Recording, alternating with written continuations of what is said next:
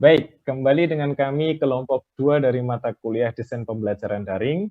Di sini kami akan melanjutkan video presentasi dari segmen yang pertama, berarti sekarang adalah segmen kedua, tentang tips pembelajaran online yang dilakukan secara sinkron. Kelompoknya adalah tetap kelompok 2, dan kita akan langsung menuju ke titik pembahasan.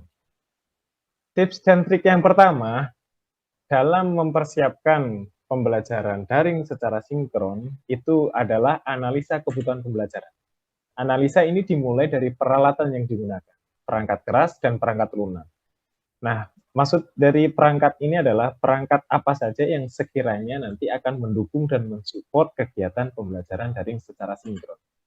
Kemudian ketersediaan akses internet, karena ini dinamakan oleh pembelajaran online, jadi harus ada akses internet. Kalau tidak ada internet kan pastinya tidak bisa. Selanjutnya, kita harus tetap melihat kecepatan internet. Jadi, ketika seorang guru mendesain sebuah pembelajaran daring sinkron, itu tetap harus melihat analisa kebutuhan dari siswa. Karena pastinya antara guru dan siswa itu memiliki kecepatan internet yang berbeda-beda. Ada yang sinyalnya kuat ya, kemudian ada juga yang sinyalnya rendah. Nah, itu harus dipertimbangkan dalam mempersiapkan pembelajaran daring secara sinkron. Selanjutnya, menentukan waktu pembelajaran. Pembelajaran online sinkron itu lebih memberikan dampak lelah kepada para siswa. Dosen pun pasti juga merasakan, mahasiswa juga merasakan selama ini jika kita belajar secara online, apalagi dengan handphone, dengan komputer, itu sangat membuat mata itu menjadi cepat lelah. Kemudian waktu maksimal pembelajaran online sinkron itu kira-kira sekitar 30-40 menit saja. Nah, bagaimana kalau 2 jam setengah? Itu waktunya bisa dibagi atau memberikan peregangan di pertengahan pembelajaran. Jadi tidak terlalu monoton pada satu hal yang disampaikan secara satu arah. Itu sangat membosankan. Selanjutnya, kapasitas siswa itu hanya 10-15 siswa saja. Kenapa demikian? Karena rata-rata layar yang dipakai untuk pembelajaran online itu hanya bisa menampilkan sedikit saja layar atau gambar dari para peserta didik. Nah, jangan sampai ada perlawanan prinsip ketika dosen menginginkan siswa melihat dosen, tapi dosen tidak mau melihat kondisi peserta didiknya. Nah, ini adalah prinsip yang sangat fundamental ya. Jadi ada hubungan interaktivitas dari bentuk penglihatan atau visualisasi. Selanjutnya ada fitur tambahan. Nah, fitur tambahan ini adalah yang pertama panel chat. Panel chat ini digunakan untuk bertanya jawab ketika guru sedang menjelaskan. Karena pada saat itu kondisinya kan mute ya. Rata-rata dosen itu ketika atau guru atau tutor itu ketika pembelajaran daring secara sinkron pasti meminta peserta didik itu untuk mute semua audionya. Nah, ini ketika ada penjelasan yang tidak jelas, akhirnya peserta didik akan kebingungan bagaimana cara bertanya. Nah, ini adalah fungsi utama dari panel chat.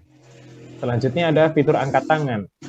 Fitur angkat tangan ini juga fungsinya sama, adalah untuk memberikan lambaian tangan kepada dosen atau tutor ya. Lambaian itu bukan artinya menyerah ya, bukan, tapi itu adalah tanda ketika murid akan bertanya. Nah, itu adalah fitur angkat tangan. Ini adalah fitur penting. Nah, selanjutnya akan disampaikan oleh Mbak Laila. Silakan Mbak Laila. Terima kasih Kak Rahmat. Jadi tips yang keempat adalah nada bicara saat pembelajaran.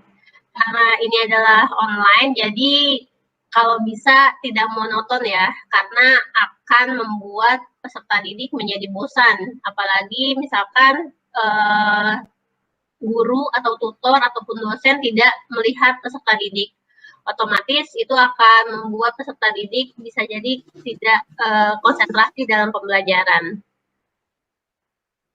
Lalu terkadang harus meningkatkan suara dan menurunkan suara untuk respon yang sesuai terhadap siswa. Kalau bisa tidak datar, jadi suaranya kalau bisa dinaikkan nadanya, diturunkan nadanya supaya ketika butuh penekanan-penekanan pada materi itu peserta didik paham dan mengetahui bahwa itu adalah poin penting dalam proses pembelajaran. Tips yang kelima yaitu melakukan aktivitas tugas yang menarik. Jadi aktivitasnya jangan hanya misalkan ceramah saja atau tanya jawab saja, tapi banyak aktivitas-aktivitas. Jadi supaya tidak bosan dan lebih menantang dalam proses pembelajarannya. Pemberian tugas ini harus dikomunikasikan dulu saat pendahuluan pembelajaran. Jadi jangan di tengah-tengah baru diinformasikan ke peserta didik. Harus diinformasikan terlebih dahulu di awal. Tips yang keenam yaitu kenali siswa Anda. Jadi dosen ataupun tutor itu harus mengenal nama siswanya siapa, seperti yang tadi disampaikan oleh Kak Rohmat. Kenapa sih harus batasnya sekitar 10-15 siswa saja? Karena memang supaya guru ataupun tutor itu bisa melihat semua siswa dan tutor pun bisa hafal ataupun paham siapa-siapa saja peserta didik yang mengikuti pembelajaran tersebut. Dengan adanya mengenal tersebut, maka proses pembelajaran itu akan lebih menarik dan lebih bersemangat siswa karena merasa dikenal atau merasa punya ketertarikan antar dosen, antar tutor ke peserta didiknya. Seperti itu. Lanjut, tips yang berikutnya akan disampaikan oleh Kak Idrus. Baik, tips berikutnya dalam pelaksanaan pembelajaran online secara sinkronus. Tips yang ketujuh adalah cognitive load small. Maksudnya, seorang tutor atau guru dalam memberikan materi mereka meminimalkan jumlah konten yang akan dimuat dalam satu slide.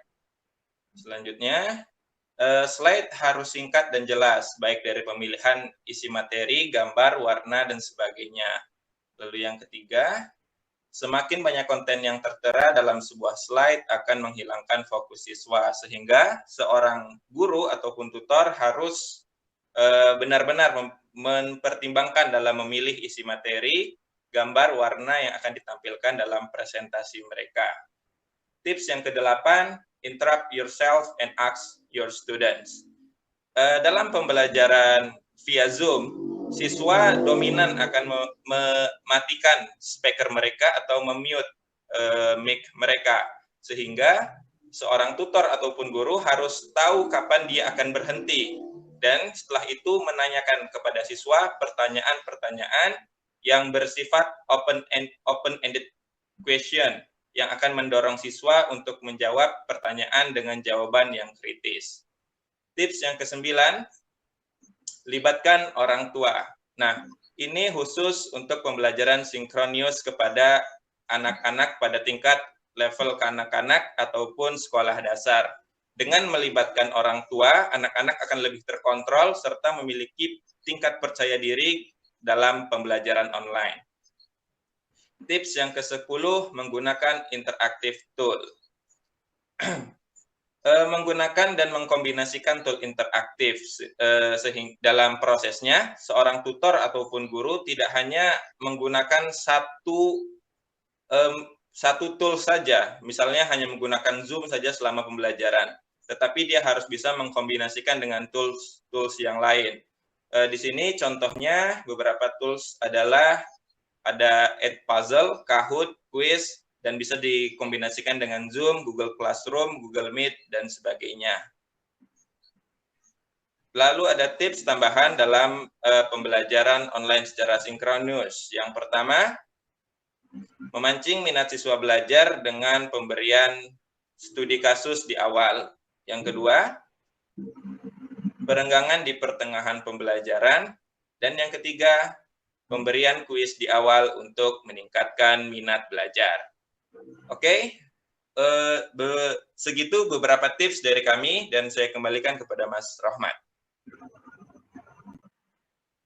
Baik, terima kasih penjelasannya Mbak Laila dan Mas Idrus. Dengan berakhirnya penjelasan Mas Idrus, maka berakhir juga video segmen kita yang kedua. Nah, selanjutnya video segmen yang ketiga akan menjelaskan tentang bagaimana sih tutorial atau peragaan menggunakan desain pembelajaran online sinkronis itu lebih interaktif lagi. Jadi tetap di sana, jangan kemana-mana, kita akan kembali lagi.